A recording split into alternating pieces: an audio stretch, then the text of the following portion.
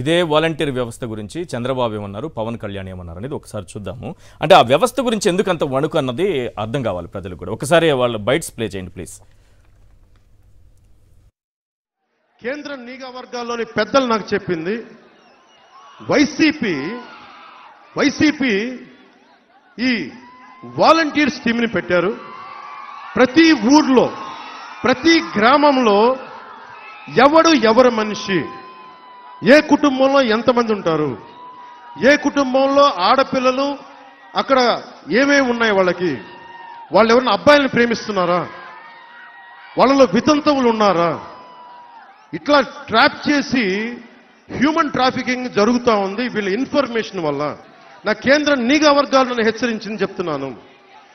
ప్రతి గ్రామ వాలంటీరు ఈ పార్టీలో ఈ గ్రామంలో ఎంతమంది ఉన్నారు, ఎన్ని ఇళ్ళు ఉన్నాయి, ఇంట్లో ఎంతమంది మగాళ్ళు ఎంతమంది ఆడవాళ్ళు, ఎవరు ఏ పార్టీకి, ఎవరికి ఏ లోపాలు ఉన్నాయి, ఎవరు ఏవేవి అలవాట్లు ఉన్నాయి, ఇవన్నీ చేసి దాంట్లో ఒంటరి మహిళల్ని వీళ్ళు టార్గెట్ చేసి ఆ ఇన్ఫర్మేషన్ కొంతమంది. ఎవరు అడిగారండి మిమ్మల్ని వాలంటీర్స్ మీ కార్యకర్తలకేమని? ఎవరు అడిగారా? ఏంటి లాభం ఉందా దాంట్లో? 5,000 రూపాయలతో మీరు ఏం ఉద్యోగం? అది గోను సంచులు మోసే ఉద్యోగమా? బియ్యం సంచులు మోసే ఉద్యోగం మేము పెద్ద ఎత్తున ఇచ్చేసామని కథలు మాట్లాడతారా మీరు? వీళ్ళు పోయే చేసే పనులు ఇలాంటి తప్పుడు పనులా? ఎప్పుడు ఇండ్లకి వెళ్ళడం, డిస్టర్బ్ చేయడం, డే టైం మగవాళ్ళు ఉండరు, వీళ్ళు పోయి తలుపులు కొట్టడం, ఇది ఎక్కడదండి? ఇది ఎంత నీచమండి! ఇవన్నీ చూస్తే ఎంత బాధ వేస్తుంది, ఆవేదన వస్తుంది, ఆవేశం వస్తుంది. ఇంట్లో మహిళలు ఒంటరిగా ఉన్నప్పుడు వెళ్ళి తలుపులు కొడుతున్నారంట వాలంటీర్లు. చాలా ఆవేశం, బాధ చంద్రబాబు కలుగుతుంది. పవన్ కళ్యాణ్ అయితే 18 ఏళ్ల అమ్మాయిలు ఎవరున్నారు, వాళ్ళకి ఏమన్నా ప్రేమ వ్యవహారాలు ఏమైనా ఉన్నాయా, భర్త చనిపోయిన స్త్రీలు ఎవరున్నారు, వాళ్ళకి ఏం అలవాట్లు ఉన్నాయి, ఇవన్నీ సేకరిస్తున్నారని, ఆ తర్వాత కిడ్నాపింగ్కి, హ్యూమన్ ట్రాఫికింగ్కి పాల్పడుతున్నారని పవన్ కళ్యాణ్. ఏంటి వాలంటీర్ వ్యవస్థ చూస్తే ఎందుకు ఇంత వణుకు వీళ్ళకి? అతను పవన్ కళ్యాణ్ అనేవాడు ఎలా తయారయ్యాడంటే, ఒకటి చెప్తాను మీకు.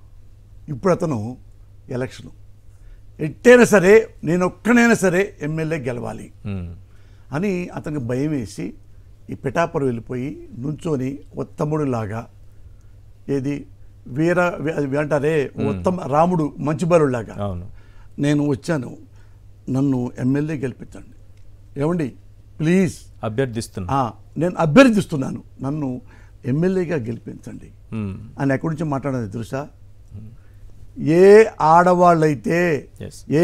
ఆడవాళ్ళని అక్కడ ఉంటే అదే ఆడవాళ్ళని, వాళ్ళల్లో వాలంటీర్స్ ఎంతమంది ఉంటారు మీకు తెలుసు కదా, వాళ్ళని ట్రాఫికింగ్ లేడీస్ అని, వీళ్ళు వ్యభిచారం చేస్తారని చెప్పి అంత హెక్కిల్ చేసిన వాడు, అవమానించిన వాడు, అదే ఆడవాళ్ళ మధ్యలో సిగ్గు లేకుండా వచ్చి మళ్ళీ వంగి మళ్ళీ దండం పెడుతూ అక్కలారా చెల్లెళ్ళారా అండో, అక్క చెల్లెలు అంటారేంటి అండో, ఏమండి మీరు నాకు ఓటేయాలి, ప్లీజ్ ఓటేయాలి.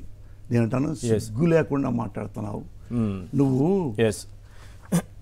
నువ్వు నారా చంద్రబాబును మాట విని నువ్వు రోడ్డు మీదకి వచ్చి వాలంటీర్స్లో చాలామంది లేడీస్ ఉంటే వాళ్ళని పట్టుకుని ట్రాఫికింగ్లో తిరుగుతున్నారు, వాళ్ళు వ్యభిచారం చేస్తున్నారు అని అంటున్నావు కదా, నువ్వు ఎవరిని తిట్టావో తెలుసా?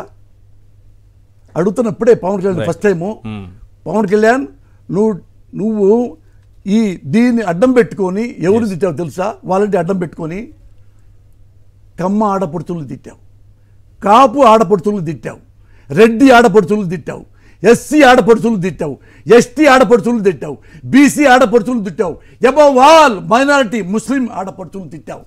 వీళ్ళందరి కులాల్లో వీళ్ళు ఉన్నారు కదా వాలంటీర్స్, వాళ్ళ పనులు చేస్తారు కన్నా సిగ్గుందా ఇతనికి? వాళ్ళని ఓటు అడుగుతాడా? నిజంగా నీకు ఎథిక్స్ సిగ్గుంటే కాళ్ళకి దండం పెట్టు, పొరపాటు చేశాను ఇంకెప్పుడు చేయను అదను.